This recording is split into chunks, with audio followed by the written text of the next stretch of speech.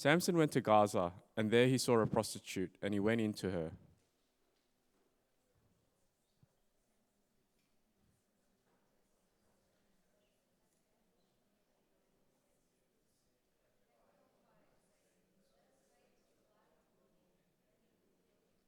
But Samson lay till midnight, and at midnight he arose and took hold of the doors of the gate of the city and the two posts, and pulled them up, bar and all, and put them on his shoulders, and carried them to the top of the hill that is in front of Hebron.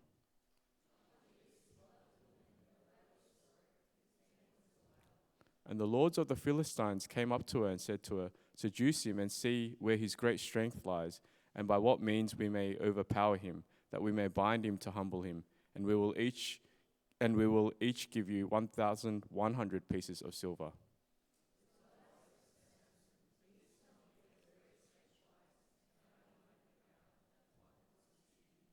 Samson said to her, If they bind me with 7 fresh bowstrings that have not been dried, then I shall become weak and be like any other man.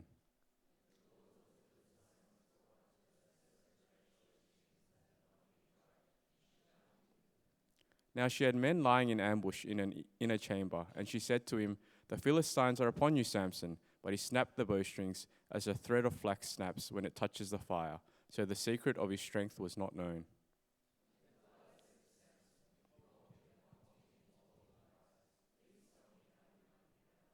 And he said to her, If they bind me with new ropes that have not been used, then I shall become weak and be like any other man.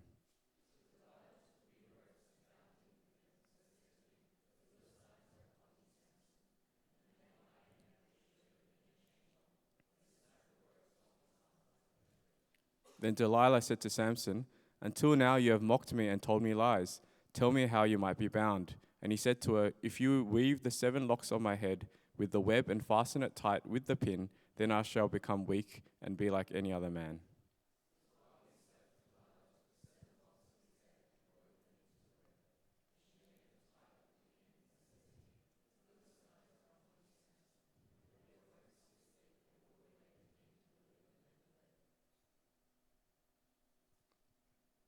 And she said to him, How can you say, I love you, when your heart is not with me?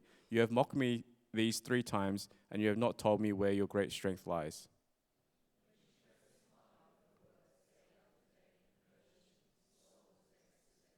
And he told her all his heart, and said to her, A razor has never come upon my head, for I have been a Nazarite to God from my mother's womb. If my head is shaved, then my strength will leave me, and I shall become weak and be like any other man.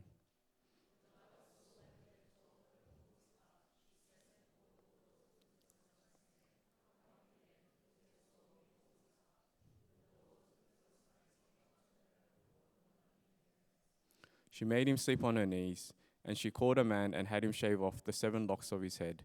Then she began to torment him, and his strength left him.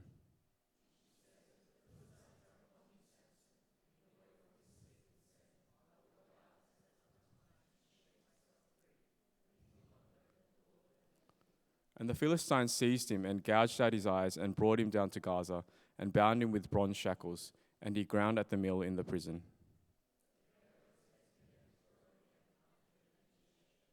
Now the lords of the Philistines gathered to offer a great sacrifice to Dagon their god and to rejoice, and they said, Our God has given Samson our enemy into our hand.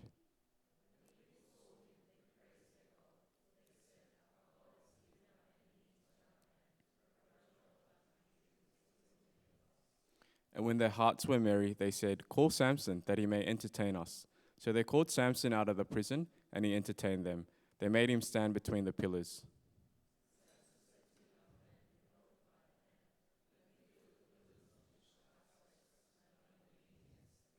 Now the house was full of men and women, and the lords of the Philistines were there, and on the roof there were about 3,000 men and women, who looked on while Samson entertained.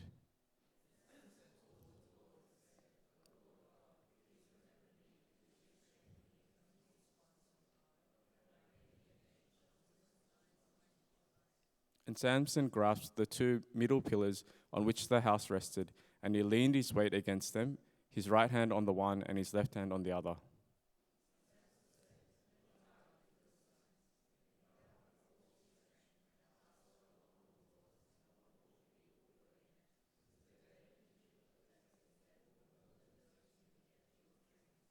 And altogether, then his brothers and all his family came down and took him and brought him up and buried him between Zorah and Eshtaol in the tomb of Manoah his father. He had judged Israel 20 years. This is the word of the Lord.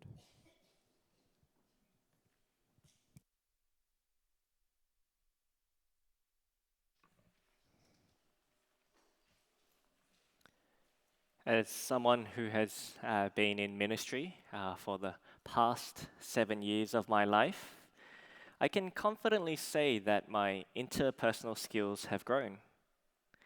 It embarrasses me to think back, to reflect on all the mistakes, all the missed social cues, insensitive comments that I've made over my 20s and 30s. One particular tendency that I recall and regret is generalizing people according to my narrow worldview. Do you enjoy this particular hobby? You study this? You must be like this kind of person. Does your personality test indicate that you are someone who enjoys meeting new people? You must be like this, and so on and so on. Thankfully, God has humbled me. He has helped me to recognize that people are infinitely complex.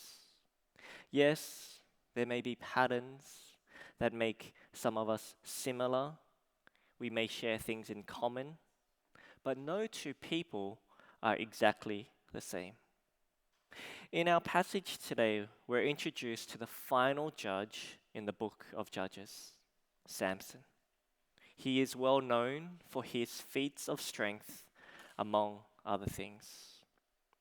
If you are like me, I think the temptation exists to try to categorize Samson into either good or bad, holy or unholy. However, as I've grown and matured as a Christian, I believe my understanding of Samson has as well.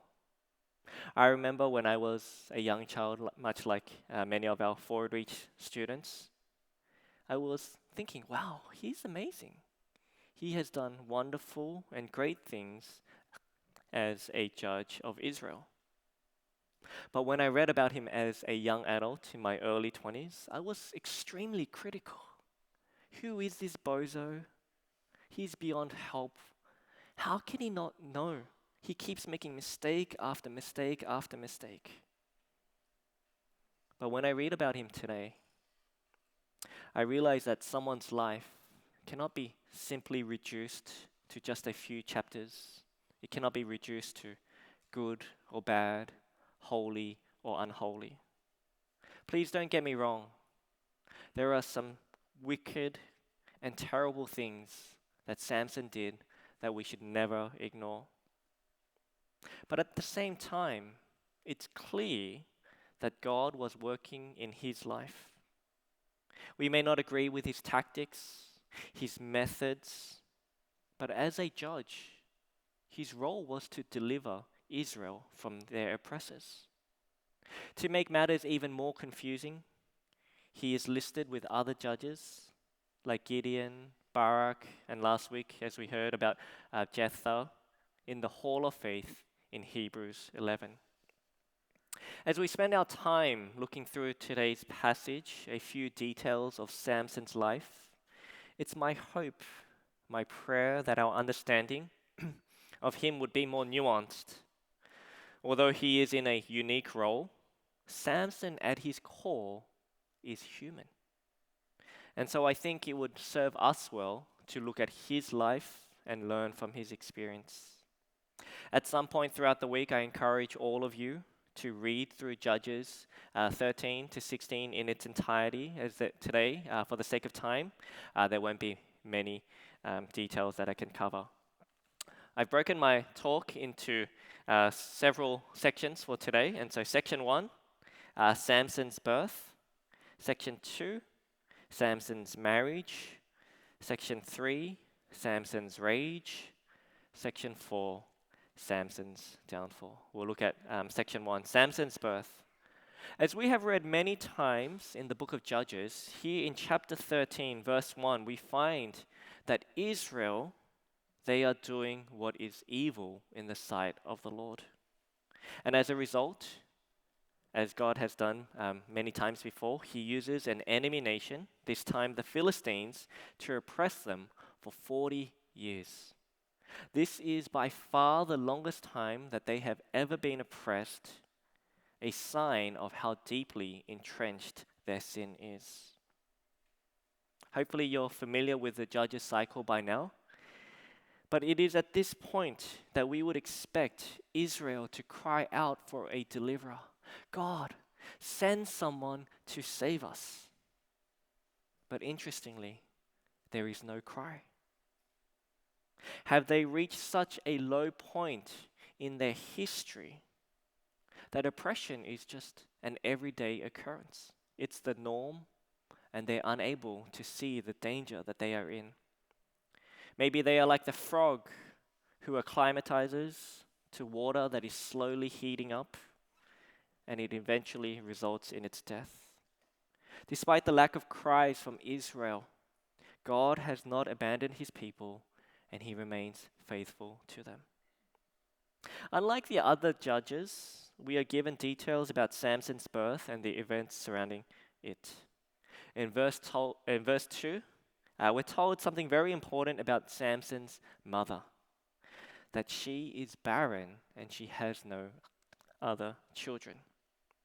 But all of this changes with the arrival of the angel of the Lord, as we see in verse 3. The angel of the Lord tells her that the son you are about to bear, he will undergo the Nazirite vow. To be a Nazirite, as John read for us earlier in our service, it means to be set apart, to refrain from something. And so this son that you will have, he will be set apart from the Lord, not just when he is born, but even while he is in your womb.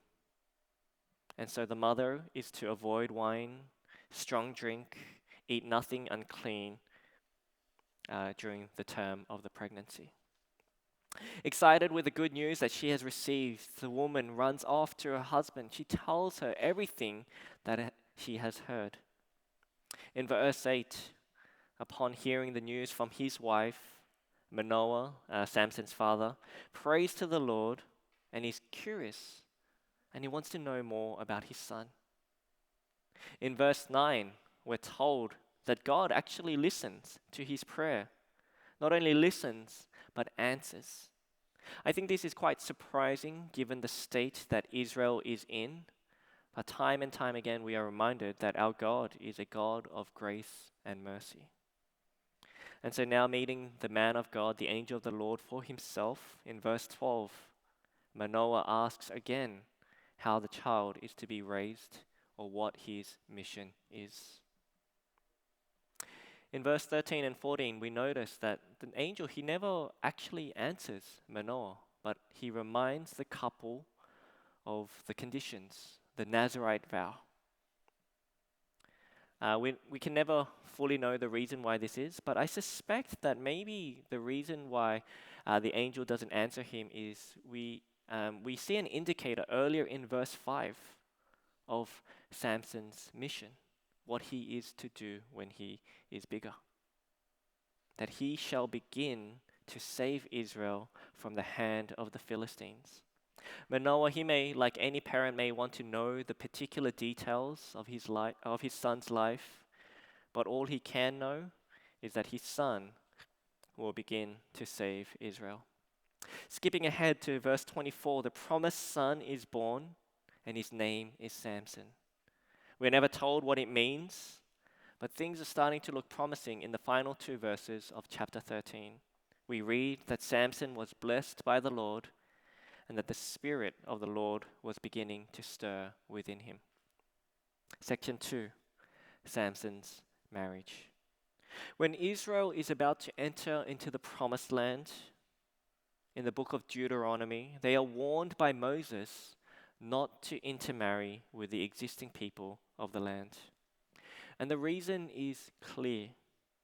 They will lead your people to forsake our God, and they will entice you to serve other false gods. But it seems that current current day Israel does not pay much attention to this prohibition, because we read that Samson, he desires a wife not from his own people, but rather a daughter of the Philistines. Mind you, this is the same Samson who is under the Nazirite vow, someone who has been set apart for the Lord. What is the reason for his request? In verse 3, we're told, "Get her for me, for she is right in my eyes." This is a clue of what is to come in the years ahead. Not only is a judge of Israel doing what is right in his own eyes, but at the end of the book, we're told that everyone does what is right according to their own eyes. It's not often that we get to hear directly from the Lord or see what is going on in his mind. But in verse 4 of chapter 14, we read that this desire was from the Lord. His parents were confused, but they didn't know that the Lord had given him this desire. There is a purpose. This soon-to-be marriage would be a catalyst, a reason for Samson as a judge to go against the Philistines. At no point are we to think that Samson is innocent, that this desire from the Lord absolves him of any guilt or responsibility. It is not as though Samson had utterly no desire, and then suddenly the Lord gives him this desire, and then now he acts. Rather, God is able to use the thoughts, the actions of Samson in whatever way he sees fit. I think a similar situation we may be reminded of is Joseph and his brothers in Genesis. In Genesis chapter 50, verse 20, we know this very famous verse, but the brothers have clearly done a terrible thing. You know, they sold Joseph into slavery. They tried to fake his death, all of that. But what does God say? That I have used it for good. I have used it for my own purposes. Moving on the way to meet and talk to this woman again after she has been declared right in Samson's eyes, we read that Samson, he is ambushed by a young lion. Empowered by the Spirit of the Lord, Samson, he is able to do what no normal human being can do. He can tear the lion with his bare hands. And given that Samson is on his way to Timnah, of where this woman lives, a daughter of the Philistines, someone who could potentially lead Samson away from serving the God of Israel, I think it's quite surprising to see that God rush his Spirit upon him. We may have drawn our conclusions about Samson. Oh, he's a bozo. He's beyond saving. There's nothing we can do for him. But I think there's this humble reminder that the Lord, he has plans for Samson. In verse 10, progress is made between Samson and this daughter of the Philistines, and so there is a feast that is prepared. For whatever reason, during maybe conversation was growing stale, I don't know, but for whatever reason, Samson, he proposes a riddle to the Philistine party, and the stakes are high, 30 pairs of garments, and so losing here would be very costly. And he gives the riddle in verse 14. Out of the eater came something to eat. Out of the strong came something sweet. We didn't read it together, but after Samson, he tears the lion. When he discovers the carcass at a later point, he sees that it's filled with bees and honey, and he eats the honey. And so therein lies the answer. And if you were not there, if Samson didn't tell you what happens, it is impossible for you to answer this riddle. And the men are stumped. They're trying day after day after day. And finally, on the fourth day, the people, they press and they threaten Samson's wife. We need you to find out the solution. Do you want us to burn you and your house with fire? And so obviously, under those conditions, the woman has no choice but to act. Samson, he is now worn down, who eventually tells her because he is pressed hard. Samson must now pay because he has lost his riddle. He is angered by the situation, understandably so. And so we read in verse 19 that Samson, he goes down to Ashkelon. He strikes down 30 of the Philistine men, and he uses their garments as payment for the wager.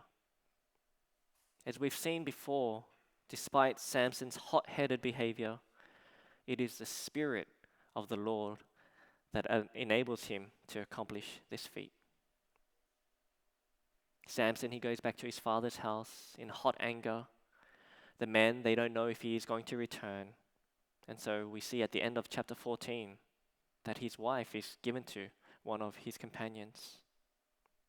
Continuing on from this debacle, a series of events is triggered in which Samson's rage is on full display. In verse 2 of chapter 15, Samson, he finally finds out what happens to who he thought his wife was. Rather, she was given to his companion, and he is filled with rage. He catches 300 foxes, he ties them together, ties a torch to them, and he burns the grain and the olive orchards as a result. But the Philistines, they do not take this lying down. They find out that who did this, it was Samson, and the woman that Samson was about to marry, she and her father, they are burned. They are the ones who pay for Samson's crime. It should be no surprise that Samson, being who he is, he fights back, and the cycle of violence continues. If that were not enough, because of the oppression that Israel experienced, Samson's own people, they attempt to please their oppressors, and they say, you know what? We will bind him. We will capture him for you, and we will end this cycle once and for all. But again, the Lord has other plans. In verse 14, the Spirit of the Lord rushes upon him as the Spirit has done many times before, and Samson successfully strikes down 1,000 of his enemies. After a long and drawn-out fight, it is again Samson who is on the verge of dying of thirst. It is again the Lord who supplies him in his time of need. What seemed to start out in such a promising fashion is met with disappointment after disappointment. Despite this, the Lord does not leave him. Please look with me at verse 1 of chapter 16 as we go through our final point for today, Samson's downfall. In chapter 14, in Samson's marriage, we saw of his attempt to marry this Philistine woman, and it did not end well. At the beginning of chapter 16, which we read together, we read that there is this brief encounter with a prostitute. Following that, there is a woman that Samson loves. Interestingly, she is the only woman who is named in this entire account, and her name is Delilah. Wishing to enact vengeance on Samson for his rampage, his past actions, Delilah is presented with a life-changing opportunity. She must betray Samson, find out the source of his strength, and hand him over to his enemies. You have to appreciate Delilah and her directness, her straightforwardness. Okay, I've received this offer. In the very next verse, Samson, what is the source of your strength? Hypothetically, if we were to try to bound you and capture you, how would we go about that?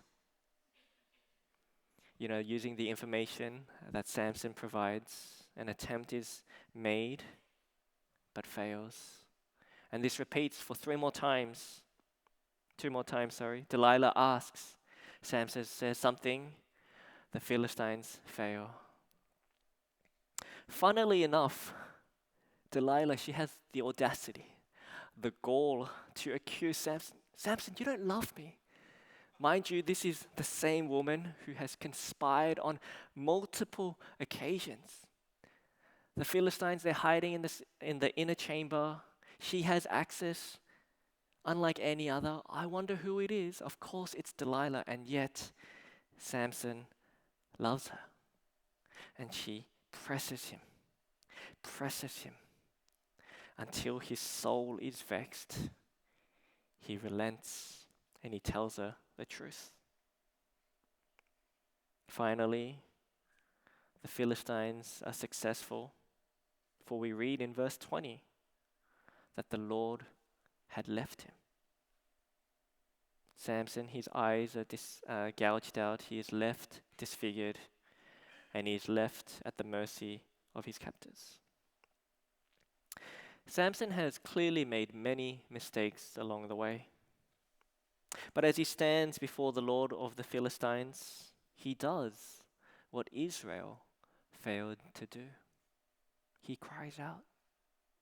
He cries out to the Lord. And the Lord strengthens him one last time, and he is able to bring down the house, killing both himself and everyone else in the building. Based on what we know, what we have read about Samson's life, I'm sure his foolish, his barbaric actions, they tend to rise to the top. If you read through Judges chapter 13 to 16, you'll notice that often the reason what causes him to act is not for the sake of Israel, but a lot of the times it's driven by his own personal agenda. Rather than leading an army where he can fight side by side with other Israelites, many of his feats are a solo effort. And so he's not exactly what we would call a good judge. Nevertheless, he is a judge, someone that God used. It may have taken him his whole life to carry out the mission, but through his death, that he was able to begin the delivery of Israel. Samson also happens to be the first and last judge in which the oppressors are not overcome. And so after his death, the Philistines continue to oppress God's people. At the beginning of my talk, I proposed that Samson at his core is human, that he is just like us. And so in our time today, we've had a look at some key moments of his life. And I think the question remains, what can we learn from his experience? And so I want to finish by talking about two implications. Number one, our actions matter. In the wickedness of our heart, I think we can look at the outcome of Samson's life. We see the final moments of his life, his cry, and think, okay, maybe that's what I can do. Maybe I can wait until I find myself in a position where I will cry out to the Lord, live my life however I want, and then cry out to him. We don't know exactly what happens to Samson, but again, as I mentioned earlier, his name is listed in the Hall of Faith in Hebrews 11. Nevertheless, there is a warning for us today. Samson, he did not die unscathed. As a result of his actions, people were burnt, villages were raided, and eyes were gouged out.